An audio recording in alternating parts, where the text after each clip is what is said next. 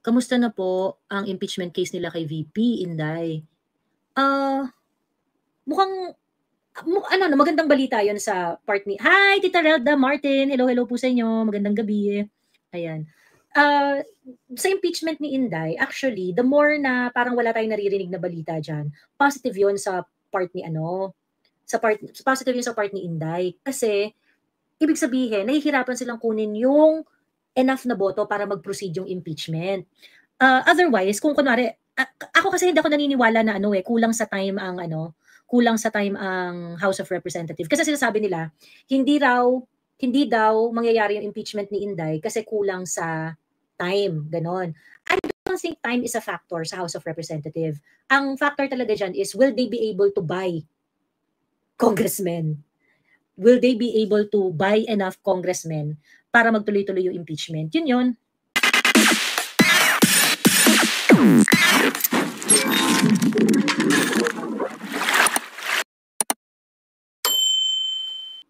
Sabi ni Congress section, mismong Makabayan Block is saying to hold. Ayun. So, ayun. Hello po from the Netherlands. Buti at in-explain nyo ni Ma'am Sas tungkol sa process ng allocation sa budget. Right ng mga Pinoy malaman. Sabi ni Ayun. So ngayon, ang tawag dito, yun lang naman yung dyan. Yun lang naman yung update dyan sa impeachment. The more na nade-delay siya, ibig sabihin they are having a difficult time. They're having difficult time na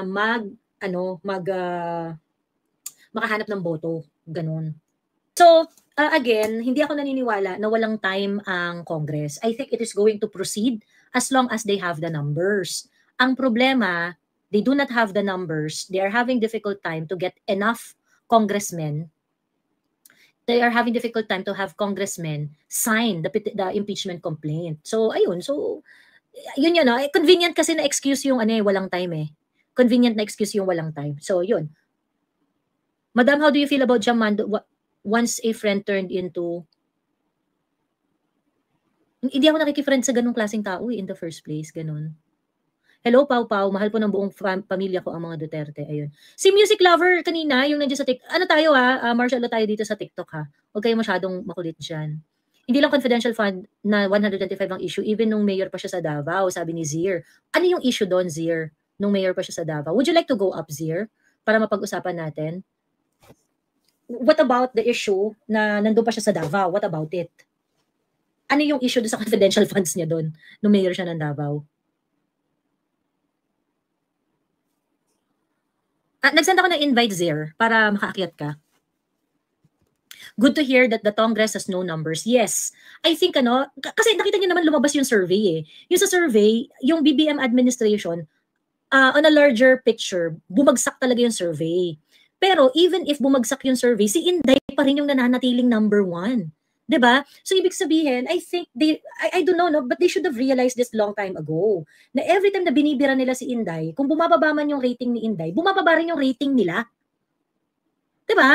Bumababa rin yung rating nila. So hindi ko alam kung hanggang kailan nila makukonclude na it is actually not it is not actually beneficial for them na birahin nila ng birahin si Inday Sara. Hi, Kuya Reginto. Hello, hello. Yung sticker di ko pa nakuha sa'yo. Oo nga, busy ka yata, Kuya eh. 2 billion plus confi funds nung mayor pa lamang, mas malaki pa sa mga mayors ng Metro Manila, sabi ni Dranuel. Ano po yung problema, Dranuel? Ano po yung problema? Wala ka pong invite button, pero sana umakyat ka, Dranuel. Okay, mas malaki pa ang confidential fund niya sa mga Metro Manila mayors. Ano pong problem? Ayun. John Jr. Padernal, pwede ka ring umakyat. Pwede ka ring umakyat. Ayan. O, di ba sabi ko sa inyo, masaya dito sa TikTok, madaming apps. Madaming Ayun.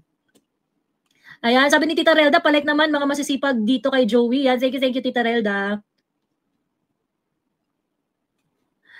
7 years in a row nga debt-free ang Davao, sabi ni Alming. Ayan. Game, yung mga nag-aano dyan? Hello, JLC! Hello, how are you? Long time!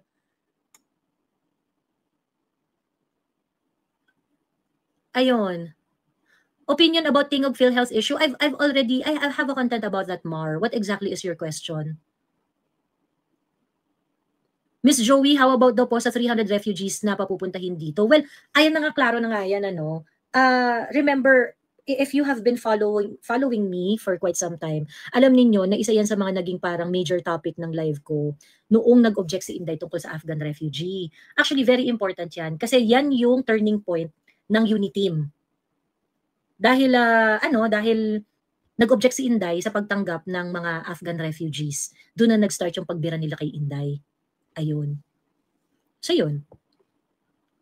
Yung tingog nakarating dito sa Bataan, may pamigay sila na 5K sa mga isda at mga pa-t-shirt. Ayan. Si Trixie, nagbunga ng kakatanggol sa Duterte, nasa OBP. Kailan ba si Joey Celis? Dranuel, akyat ka! Hindi kita maintindihan. Akyat or mute? Hindi ko gets si Trixie, nagbunga kakatanggol sa Duterte, nasa OVP na. Kailan ba si... Hindi ko alam kung bakit niya kailangan OVP. Lagi mo, OVP. Wala, I don't think nasa nasa OVP si Attorney Trixie, pero talagang merong cooperation si I heard their conversation kasi magkatabi kami, seatmate kami ni ni Attorney Trixie nung nag-visit kami, na-invite kami sa OVP, ganon. And because Attorney Trixie is a lawyer, meron talagang nakatulong talaga si Attorney Trixie kay VP, especially nung nagkaroon ng issue kay Attorney Zalica. Ayun. So Dranuel, bakit ano yung issue mo, Dranuel? Hindi ko gets.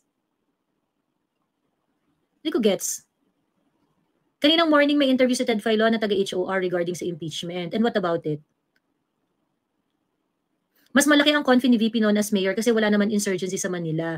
That's true, no? Kasi ang sinasabi nitong mga to na problematic ang ni Inday, ang sinasabi nila, problematic na ang laki ng confidential fund ni Inday nung mayor pa siya.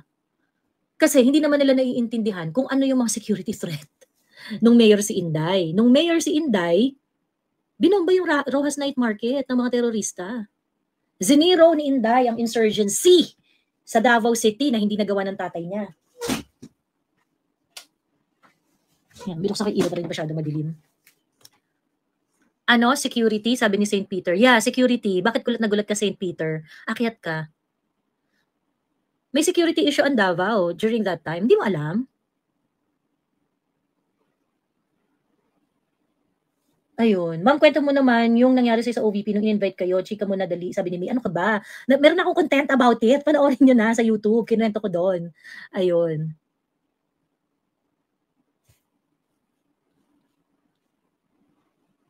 Simulan na ang mall tour. Teka lang, akyatin kita, kumakain pa ako, sabi ni St. Peter. Kumakain ka pagkatas nakakapag-type ka. Pagkakain, kumain ka lang para di ka mabilaukan. O bilis, akyat. Ayun, hindi niya alam malaki Davao. Sabi, true. Ayun. Sabi ng SecGen sa interview ni Ted Filon, wala pa daw nagsasubmit kasi gusto nilang i-ensure na may sufficient vote kasi pag hindi, di daw pasok sa legislative calendar nila, wala nang time, sabi ng SEC. Bakit yung SEC yung nagde-decide? Ministerial lang naman yung trabaho niyan. Kapag may nag-file ng complaint, it has to be referred to the proper, it has to be, there must be an action on the part of the Secretary General. I think, may problema talaga sila. Kasi yung Secretary General niyan, magte-take lang naman yan ng orders from whoever calls the shots sa House of Representatives. So, I think, kasi yung first na filing, yung galing yung kung saan spokesperson si Leila de Lima, hindi maganda yung impeachment. Yun yung nakakatawa, di ba? Pinag-usapan natin yun yung grounds sa impeachment na ginamit nila, and yung mga abogado nga, yung mga na nakakita ng impeachment complaint, they are not really impressed doon sa impeachment complaint na yun. And I think that's also one of the problem that the House of Representatives is facing, Kaya nga nung una kong nakita yung impeachment complaint, parang, yun na yun. Yun na yun. Yan na yung kineme nyo kay Inday. Hindi kayo mananalo kung yan ang gagamitin ninyo. Anyway, there were other impeachment complaints. Tapos nag-announce rin sila na aside from that impeachment complaint, yung December 2 and December 4, aside from that, meron parang third na complaint na ipa-file. Kinonfirm din yun ni SecGen Velasco ng House of Representatives. Ayun. So, kumbaga, if yung observation ko kasi dyan, dahil nag-mention pa sila ng third impeachment complaint, why do you even have to say it? Ibig sabihin, kahit sila, aware sila na mukhang hindi pasok sa banga yung mga impeachment complaints na final ng Makabayan Block, yung December 2 at saka yung December 4. Tsaka yung December 4. So, in-announce kasi nila na meron pang third impeachment complaint. Yung third impeachment complaint na yon, hindi na nila binigyan ng detalye pa. 'Di ba? Hindi na nila binigyan ng detalye pa. So nakakatawa rin kasi for me, they wanted to overwhelm Inday na maraming impeachment complaint, and that kasi parang it's like a message na you should be very very scared kasi meron pang pangatlong impeachment complaint, at yung pangatlong impeachment complaint malamang sa malamang yun yung magkakaroon ng complete inform and substance, ganyan. Kasi sa totoo lang, yung impeachment complaint from Makabayan Block, ang nipis niya nakakahiya pagka nilagay doon ng mga kongresista yung mga signatures nila. So sa totoo lang, whoever voted Franz Castro and yung sa kabilang grupo, yung sa Akbayan, yung kila De Lima, nakakahiya talaga makibagay sa kanila. Ayun. And I think that's one of the reason why they weren't able to get enough votes. Kasi malamang ang una nilang pinalakad dyan, yung December 4 na petition, yung December 4 na complaint. Yung December 4 na complaint at saka yung December 2 na complaint, halos parehas lang kasi yun, parehas lang yung mga grounds nila eh. Mas well presented lang yung December 4. Wala kakwenta-kwenta yung mga grounds nila doon. So yun, so I think that's one of the reason why nahihirapang umusog yung impeachment complaint. Let's just wait kasi si Inday, sinasabi rin naman ni Inday na sige, intay-intay lang tayo diyan, 'di ba? Sabi ng SecGen, pinakiusapan daw siya ng Makabayan Block na wag muna i-refer sa House Speaker, sabi ni Busog Kid. But is that even allowed? It's violative of the rule na dapat within 10 days. Dapat hindi nila final agad. 'Di ba? Final na nila eh. Di ba may requirement na within 10 days kailangan magkaroon ng action dun sa petition na yun? Ayun. So, Bratinela daw si VP. Correct. Bratinela daw, kaya dapat i-impeach. So, ano tawag nila, di ba? Di ba Mariah Carey? So, ano tawag nyo kay ano? Anong tawag nyo kay Miriam Defensor Santiago? My God. Kung si Inday, Bratinela na yan. What about Miriam? Diyos ko, talagang pag nagsalita, walang preno. Ayun. So anyway, aside from that, I would also like to share with you guys. I think it's a very good news Kasi alam niyo naman yung nangyari doon sa dalawang uniform personnel natin, uniform officers. Si Colonel Grijaldo na kung saan ay na kung saan siya ay kinontempt ng House of Representative at mukhang doon siya magpapasko sa House of Representative I really feel that we should show support to Colonel Grijaldo, and we should I'm thinking of how I can do it. Kasi nakakalungkot yung sinapit ni Colonel Grijaldo eh. Kinuha siya sa ospital, pinilit siyang dalhin sa House of Representative at doon dinitain. Doon na raw siya ngayon nakastay sa kwarto kung saan dinitain si Attorney Zoleka. Ganon.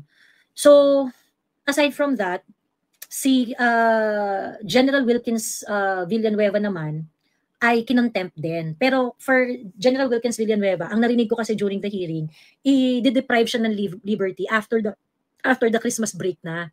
Ganon. So, kumbaga parang nagpakatao pa sila diyan kay kay Wilkins Villanueva. However, a contempt is a contempt, and it is an affront doon sa honor and integrity ni General Wilkins Villanueva. Kasi kinontempt siya for not changing his statement. 'Di ba? Si Paduano pa, na dating miyembro ng Alex Bungkayaw Brigade, dating vigilante, siya pa yung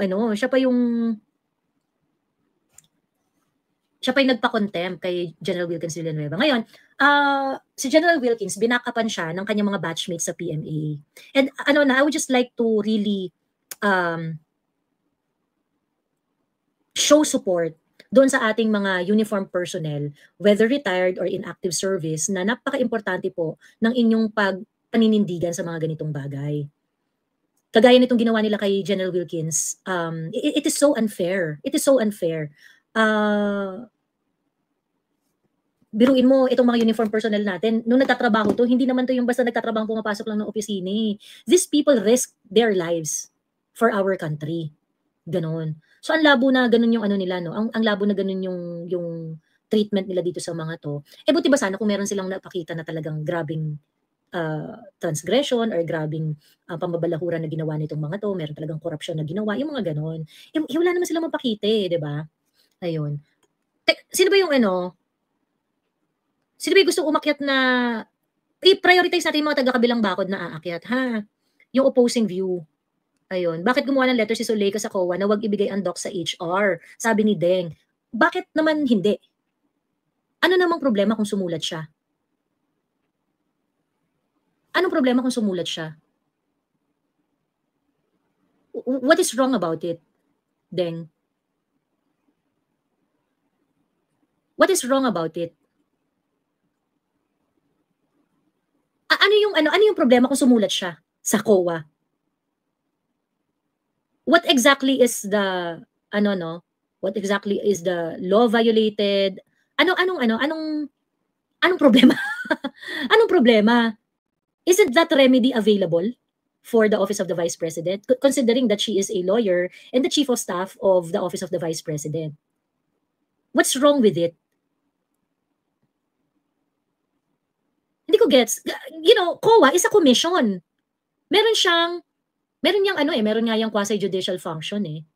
So if you're going to write a letter to COA, ano naman?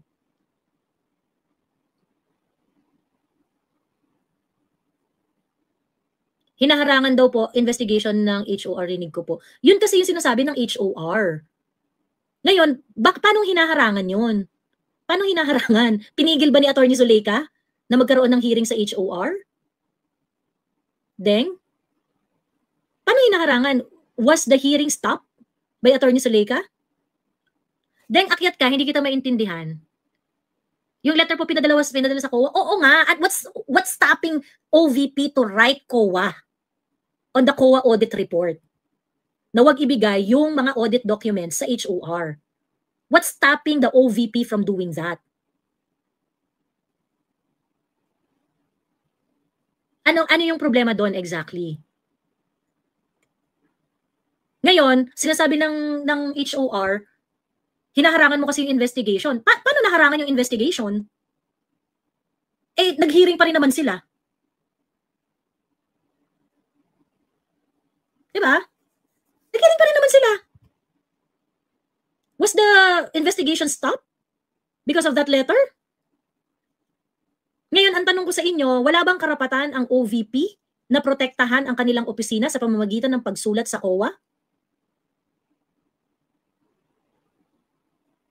Wala ba silang karapatang Sabi ni Khalil Angeles, bobo naman ng tanong na yan. Oo, pero alam mo kasi talaga, Khalil, sa TikTok dami talagang engot dito. And sa totoo lang, even if minsan nabubisit na rin ako kakasagot sa mga tanong ng mga bopols na to, you really have to break it down for these kids eh. Kasi itong mga batang to, wala naman tong alam. Wala naman tong alam. Pinapaniwalaan kasi nila yung HOR dahil ang sinasabi ng HOR, pinipigilan nung sulat ni Atty. Zuleika ang HOR na mag-hearing. Okay? Ngayon, i-process nga natin yon. Okay? COA is a commission on audit. Okay? Ilan ang commissioner dyan at saka ilan yung COA chair? At saka may COA chair yan, di ba? Isang COA chair tapos mga commissioners. Okay? Ang COA actually, meron yung quasi-judicial function, na if you're going to raise some issue or you're going to raise some questions, you can write them. Pwede mo sulatan yan. Pwede mo sulatan yan. Ngayon, kung ikaw ay susulat sa COA, anong problema? Kung ang Office of the Vice President ay susulat sa COA, what is wrong exactly? That remedy is available to everyone. Diba? Kasi kung sinasabi nyo na hindi po pwedeng sumulat si Atty. Zuleika, bakit? Anong nagbabawal sa kanya na sumulat sa COA?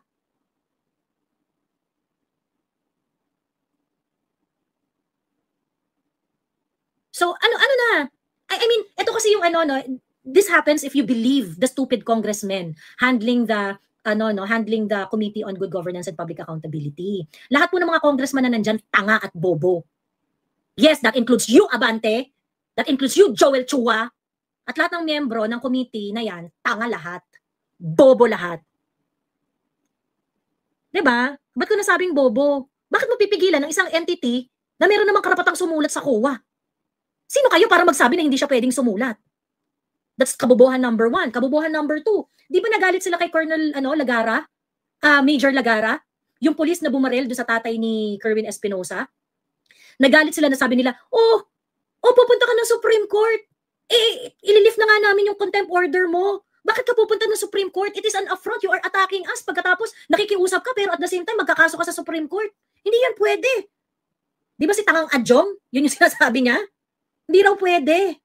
Dahil doon sa mga tatangang-tangang congressman na to sa Committee on Good Governance and Public Accountability, ang feeling nila sila ang batas. Ang feeling nila wala kang remedy kapag nag-hear sila ng issue involving you. That is malaking-malaking kabobohan, malaking-malaking katangahan. So ngayon, nagpapaniwala kayo sa mga congressman dyan, lalaking bopuls ng mga yan. DDS vloggers na galit sila eh, pag kinikriticize sila eh. Laraga. Nakaka-confuse ang apelido ni Major Laraga. Ano? Laraga. Laraga ba, Beatrice? Ayun. Alam mo, naawa ko sa kanya nung nakita ko siya before nung contempt and after nung contempt. He doesn't look good. Ayun. Cool lang, ma'am. Just asking. Yeah, that's why I'm answering, no? That's why I take time.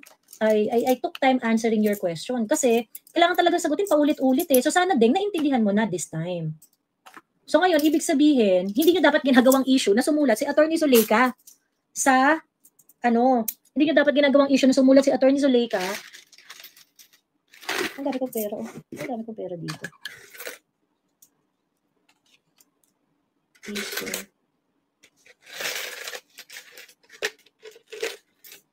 Ayun. Hindi nyo dapat ginagawang issue na sumulat si Attorney Zuleyka sa Congress, ay sa COA. Non-issue yun. Non-issue yun. If your office has some issues to sort with COA, bakit ka bawal sumulat?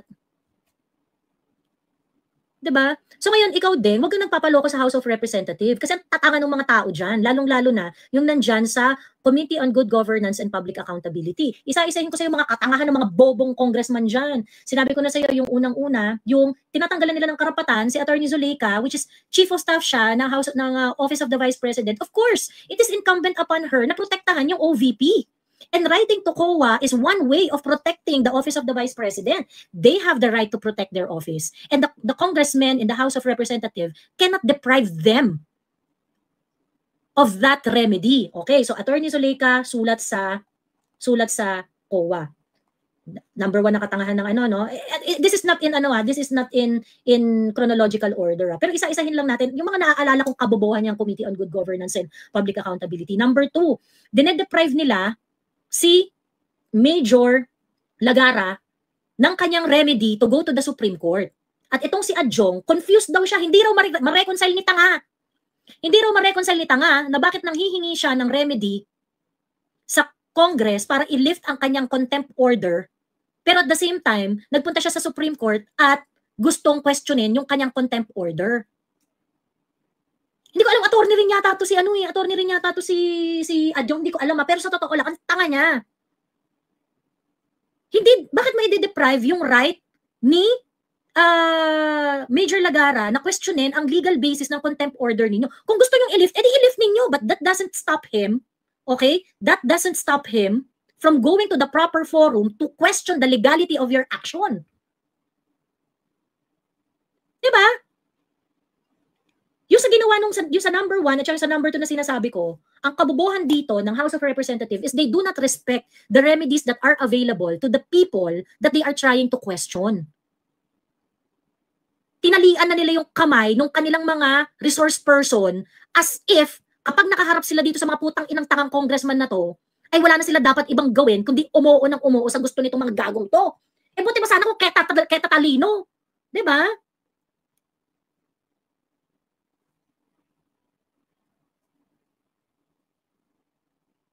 Ayun, so huwag kayong nakikinig dyan sa mga yan. Tatangan ng mga congressman dyan. Okay, number 3, Benny Abante evangelizing using the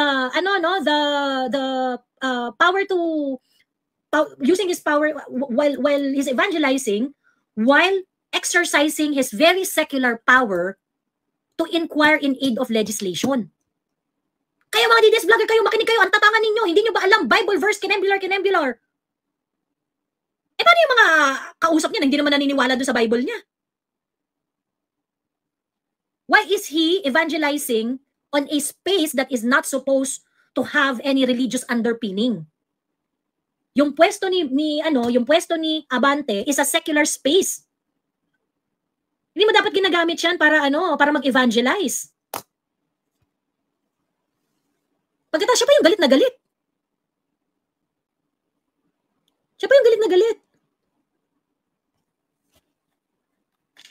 Hmm. Ano pa ba ang katangahan nitong ano? Marami to eh, Diyos me.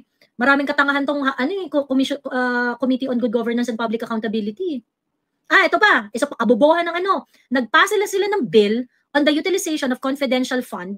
Okay? Nagpasa rin sila ng bill about the on how they want to prescribe yung mga qualification requirements ng SDO. Okay? So nagpasa sila ng mga bills na panay kabobohan. Bakit kabobohan? You exercise your power to inquire and you inquire on the utilization of confidential fund ng Office of the Vice President. Pagkatapos, gumawa ka na ng bill based on one office. Gusto nyo na i-streamline ang utilization ng confidential fund, pero ang ginamit nyo lang, isang opisina. Sige nga, pag kayo gumawa ng term paper, pagkatapos ang iyong review of literature, isang source lang. Ano sabihin ng teacher ninyo? Ano sabihin ng teacher ninyo? Gumawa kang term paper. Pagkatapos ang source mo, doon sa term paper mo, isang libro lang. You think that is that is something that legislation is something that we can rely on? Diba? Truth hurts, pwede kang umakyat. Pwedeng umakyat, truth hurts. Diyos ko pa, 2 followers, ano ba yan? Dito ka pa sisikat. Pwedeng umakyat. Huwag kayong salty masyado dyan sa ano. Huwag kayong salty dyan masyado sa comment section. Pwede kayong umakyat. Ayun. Pwede kayong umakyat. Akyat na lang. Pagka may mga balahurang comment dyan, tapos yung nagdadaot-daot, automatic mute kayo ha. Mute lang. Hindi kayo, ang tawag dito, hindi kayo block. Mute lang. Ayun. Para pwede naman kayo umakyat eh. Wag lang kayo masyadong manggulo dyan sa comment section. Tapos kung gusto niyo umakyat kayo para dito tayo, sagutan tayo. Para naiintindihan ko rin kasi ang konti lang naman itatype niyo dyan sa comment section eh. Ayun. Sabi ni Nathaniel, Miss Joey, may bago po palang news about 300 refugees po for transit na daw. Nasa Newswatch. Na-topic ko na nga yan kanina. Hi, PH Update! Hello. Ayan. PH Update, to? TikTok account mo? Bagong TikTok account mo?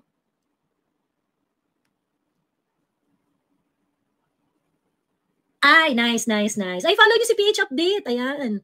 Nandito na pala siya sa TikTok. Ayan, Heidi Guzman. Ayun. So yun, bakit siya tatanga-tanga? Gagawa ka ng batas on confidential fund, tas ang basihan mo lang isang opisina, Office of the Vice President lang. Kung ang subject matter ng congressman natin ay confidential fund ng civilian agencies, bakit Office of the Vice President lang yung in-inquiran ninyo? 'Di ba? Dapat yung mga civilian agencies, other civilian agencies like PAGCOR, DOTC, DOTR, DSWD, yung mga naka-receive din ng confidential fund and let's say in the past 10 years, inimbestigahan nyo rin yung kanilang utilization. But you just inquired on the utilization of confidential fund ng Office of the Vice President.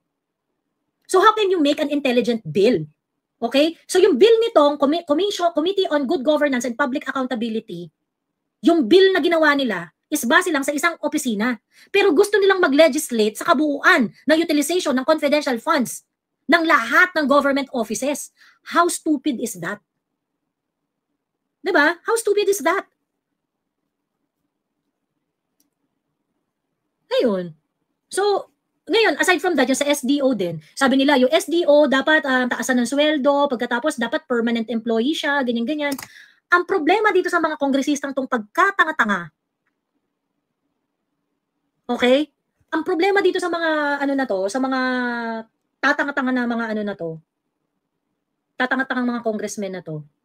They are always they are very very worried about the confidential fund and how it is utilized. But never they talk about the security concerns associated with confidential funds. Sige nga, doon sa 12 hearing na ginawa ng Committee on Good Governance and Public Accountability, did they talk about the safety of those people who may have access to intelligence and confidential information? Did they talk about the security concerns of an SDO na gusto nila ay personal na nagpe-pay out ng mga informants? O asan ang talino ng mga putang inang kongresista dyan? Diba? Wala. So ngayon, kung nakikinig kayo sa mga pinagsasabi ng mga kongresista dyan, magkasing tanga kayo ng mga kongresista dyan. Magkakasing tanga kayo, pumapayag kayo na ginagawa kayong bobo at tanga ng mga kongresista dyan. Katulad nila Pam Zamora ng Taguig, isa ring tanga. Benny Abante, Robert Barbers, Dan Fernandez, Diyos ko. Kung nagpapaniwala kayo dyan sa mga putang inang yan, tanga rin kayo. Sabi ni Busog Kid, wala daw, sagot dyan ni Chua, wala daw kasi irregularity sa ibang ahensya, di daw ni red flag ng COA. Pinamakita sa media conference ang katangahan. Wala rin namang issue yung kay ano eh. Wala rin namang issue yung kay Inday eh. The audit on Inday, on the confidential fund, is an afterthought. Hindi yun pinresent ng COA. Okay? Hindi yun pinresent ng COA. Finorce nila si COA na i-audit ang confidential fund ni Inday at hindi yun in-audit ng COA out of their own volition. Hahanapin ko yung ano na yan. Hahanapin ko yung clip na yan because I saw it eh. When Inday Sara's budget was being deliberated for 2024, they requested COA to audit the confidential fund of Inday. Wala rin namang nakita ang COA dyan. Pinressure lang ng Commission on Good Governance and Public Accountability.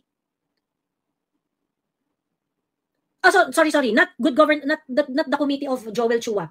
The committee that deliberated the budget of Inday for 2024. Nung dinideliberate ang budget ng OVP, doon nila ni-request ang COA na i-audit ang 125 million Inday. Yun. Ang puso mo, girl, sabi ni Arasins. Hi, Arasins. Ayan. Okay pa po tayo. Okay po ang puso natin. Ayan. Pag nababanggit lang talaga tong Committee on Good Governance and Public Accountability, nakaka-high blood. Ayun. Pero madami pong comments ang COA, sabi ni Deng. Deng, akyat ka na para maintindihan kita. O ano ngayon kung maraming comment? Marami rin namang comment yung COA sa UP. 'Di ba? Marami rin comment ang COA sa PNP. Marami rin comment ang COA sa ibang mga national agencies. Anong problema doon, Deng? Anong problema doon sa maraming comment ang COA? Ang UP, unmodified opinion, pero ang dami rin nilang observation sa UP. In fact, ang UP, merong 160 million na unsettled disallowance and suspensions. Ang PNP, meron ding mga pinapasoli na pera. Diba?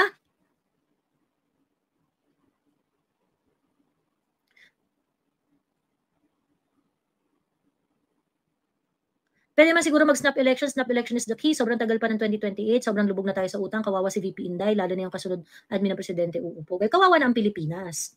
Diba? Ayun. Andito si ano? Ay, good evening po, Sir Jing Paras. Hello. Andito siya. Ayun. Ayan, hello po. Ang bobo kasi ng Huadcom, kung gusto pa nila malaman talaga yung CFK Tambi Cheese at bangag nila tanungin. Correct! Actually, sa totoo lang, there is a report. Okay, there is a report submitted by any national agencies na mayroong confidential fund. At ang may access nun ay ang House of Representatives, ang Senate President, ang President, at ang ICFAO ng COA. 4. Okay, 4 yun. So yun. Kung ba dahil itong mga trolls ni Bangag, kung bye-bye na si Bangag. O di syempre magpapretend naman yung mga DDS supporters, yung mga Dutertista yung mga yan. Yun naman ang pagpapanggap na gagawin nila.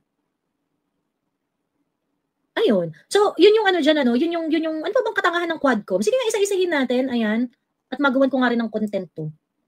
Mga katangahan ng Quadcom. Ay, ng Committee on Good Governance and Public Accountability. Ayan. Ano pa? Another katangahan pa ng Quadcom. So sabi nila, ayaw umattend ni Inday ng hearing, ayaw umattend si Inday ng hearing. Tinanong ba nila? Hindi, kasi scripted. Yung Committee on Good Governance and Public Accountability. Si Akop, okay? Si Akop, kinakausap niya yung kanyang, yung kanyang ini-interpolate, yung mga tinatanong niyang resource person, kinakausap niya. Binabasa ang tanong. Sumagot si resource person. Ang evaluation niya sa sagot nung resource person, binabasa pa rin ng walang iya. 'Di ba? So isa pa 'yan, scripted. Scripted. Ang Committee on Good Governance and Public Accountability.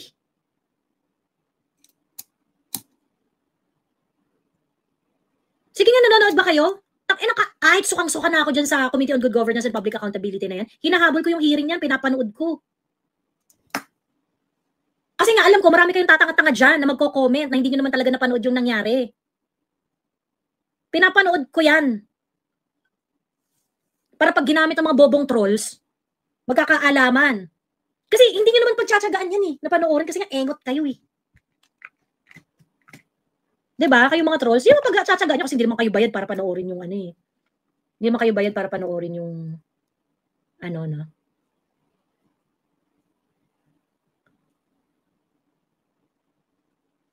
Ayun. Ano masasabi niyo sa paliwanag ni Jamag tungkol sa PhilHealth? Naku, dami nang nag-comment. Siguro malinaw naman kung bakit kung bakit siya walang galing. Ayun. Pati sagot scripted. Correct. Yung mga sagot ni Akop, kung pansinin niyo, yung mga sagot ni Akop doon. Diyos ko. Kung masulong ang death penalty para sa mga kurakot na politiko mula presidente hanggang barangay kagawad sa Pilipinas, dapat firing squad na agad. Kung ganyan ang maipasa world-class country na tayo. A morbid ni roots culture. Pero sa totoo lang, we really need to take corruption issues seriously. Kasi nakita niyo yung nangyari sa South Korea. Ano pa lang ang pinag-uusapan nila? Luxury bag na worth around 200,000 pesos ng first lady nila. Tinanggap kasi yon for a favor. For a favor sa isang investment. Na kung saan nagbigay ng input itong first lady. Sorry nagli-lip care ako. Ayan. Kaya nga Miss Joey, gumagamit lagi sila ng soundbites para magamit ng media at ipakita sa mga trolls. Totoo, kaya naalala nyo nun, after nung hearing na umattend si Inday, tapos sumunod hindi na siya umattend. I really felt that they're going to do something. Di ba nilabas nila yung luggage, yung pag-withdraw ng pera. Ganon. Gawa?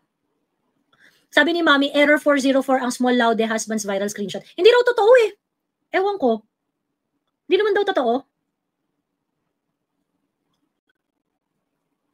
100M na duran-duran, wala issue yan, sabi ni Cash Jarrett.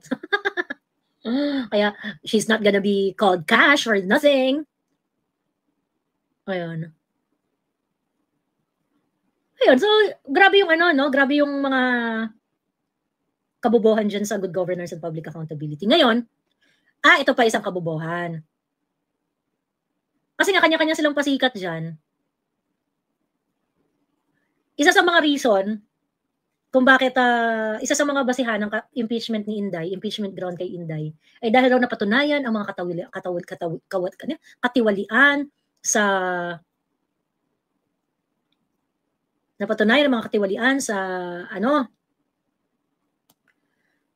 sa hearing, sa committee hearing, sabi ganon. That's an issue.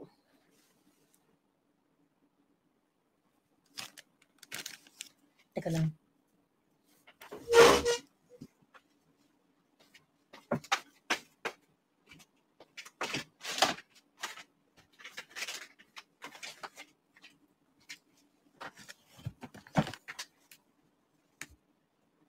Hindi pa naman tapos yung hindi pa nga nagko-conclude yung Quadcom ay yung Committee on Good Governance and Public Accountability Hindi pa nga siya nagko-conclude pagkatapos binawa ng references sa impeachment ni Inday.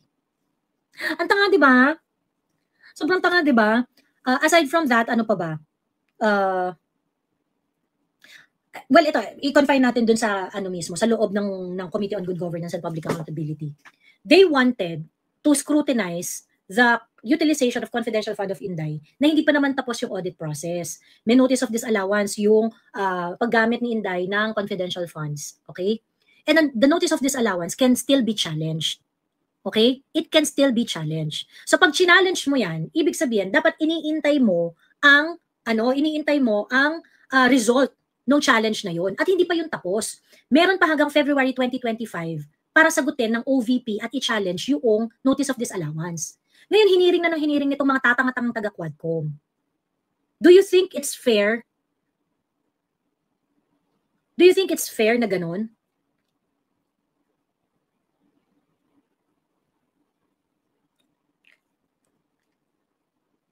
So, ibig sabihin yan, tinatawag-tawag yun ng magnanakaw si Inday and whatsoever, hindi pa naman tapos yung proseso dyan. Sabi ni Busog Kid, another kabobohan Ate Joey is yung paggamit ng contempt order. Totoo, indiscriminate indiscriminate use of contempt order. Kapag yung sagot nila hindi nagustuhan, pag yung sagot ng mga resource person hindi nagustuhan, kino-contempt na nila. O asan ang talino diyan?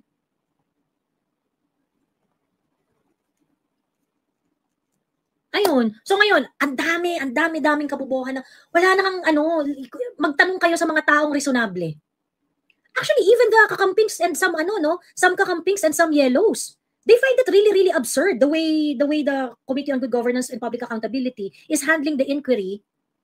They know that it's not fair. They know that it's politically motivated. Dr. Leacion, while sabi ni Dr. Leacion, hindi rin ako fan ng confidential fund, ayaw ko rin yan, pero politically motivated naman talaga yung ginagawa nila sa House of Representatives eh. And we know na si Dr. Leacion, mas dilaw pa sa dilaw yan. Di ba? Rowena Ganson, correct. Attorney Rowena Ganson also sees it as something na talagang katangahan lang. Nagme-Mary Grace Piatos pa kayo, gusto niyo pang malaman ng gusto pang malaman ng House of Representatives, ng Commission on Good Governance and Public Accountability, Committee on Good Governance and Public Accountability, gusto pa nilang malaman ang mga identity ng mga informants. Sino ba namang ano bang kabobohan yan?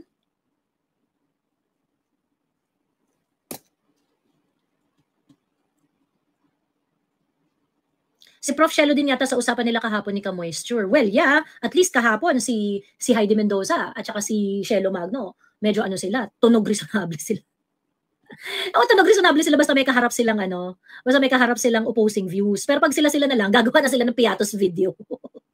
Magte-TikTok video na si Shelo Magno. Ayun. Sabi ni Bosses TV, and I agree, yung 125 million confidential fund ng OVP ay ginawa lang pintura ng Kongreso para pagtakpan ang pagsimot sa kaban ng bayan ng kasalukuyang administrasyon. Correct. Sabi ko nga, yung ilang hearing na ang ginawa ng Committee on Good Governance and Public Accountability, pati yung Quadcom. Ilang hearing nang ginawa ninyo? Magkano ang ginastos ng Congress para patakbuhin yung hearing na yan? Yung mga consultant na binayaran, mga consultant na yung mga abogado, yung mga staff, sweldo ng mga congressmen na nag-attend dyan sa hearing na yan, kuryente, tubig, merienda, pagkain. Magkano nang ginastos ninyo para tugisin ang 73 million? Kasi 73 million lang naman kino-question ng COA dyan eh. 73 million, which is pwede pang sagutin ni Inday Sara. Hindi pa final. Pwedeng sagutin niya ni Inday, hindi pa final. So, we're talking about 73 million, 72, 73 million. Nakakailang hearing na? 12 hearing?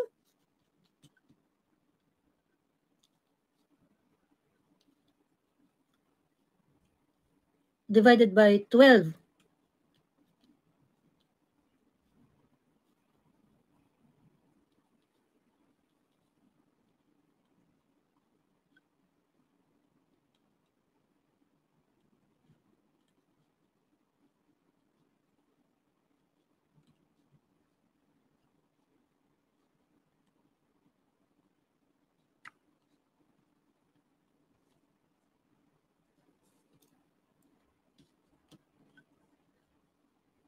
Hello, Ate Joey. Dito ka lang naka-live. Hindi, naka-stream ako sa YouTube. Naka-stream din doon. Ayan.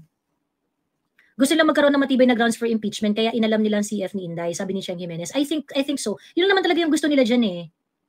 Yun lang naman talaga yung gusto nila. They were hoping na meron silang makukuha na dumi ni Inday. Unfortunately, wala silang makuha. Kasi si Inday, I think Inday saw a lot of red flag already eh. Nung pagkapanalo pa lang, nakakita na siya ng maraming red flag. And she was covering her her tracks in one way or another. And I think talagang kasi wala naman rin talaga siyang ginagawang masama. Ako naniniwala ako hindi nagnakaw si Inday. Hindi nagnakaw si Inday. Ngayon, you want to find out kung nagnakaw o hindi, ganyan. Gusto niyo malaman kung talaga bang malinis si Inday or what not, ganyan. Gusto niyo talaga malaman kung paano ginastos ang pera ng bayan sa confidential fund ni Inday. So, sa akin walang problema, but you have to do it uniformly. Diba? You have to do it uniformly. Dapat gawin nyo rin sa lahat na may hawak ng confidential fund. Sabi ni Iya, do you think Do you think VP will resign as VP once i-push maigi ng HOR ang impeachment case? It is an option. It is an option. Pero ako, I am hoping that the Vice President is going to fight it out. Kaya nga nung nagkita kami, yun yung gusto ko sa kanya na parang please do not stop trying na labanan ito. Do not stop trying to ganon. But yung pagre-resign is one option. Pero sa ngayon kasi mukhang hindi naman nila makuha yung numbers eh. Hindi rin nila makuha yung numbers. So, ayun. Kaya habang tumatagal yan at hindi nila na-file yung impeachment, ibig sabihin, totoo na merong silent majority sa House of Representatives. Totoo na merong mga kongresista doon na kahit papano, meron pang naninindigan. Ayun.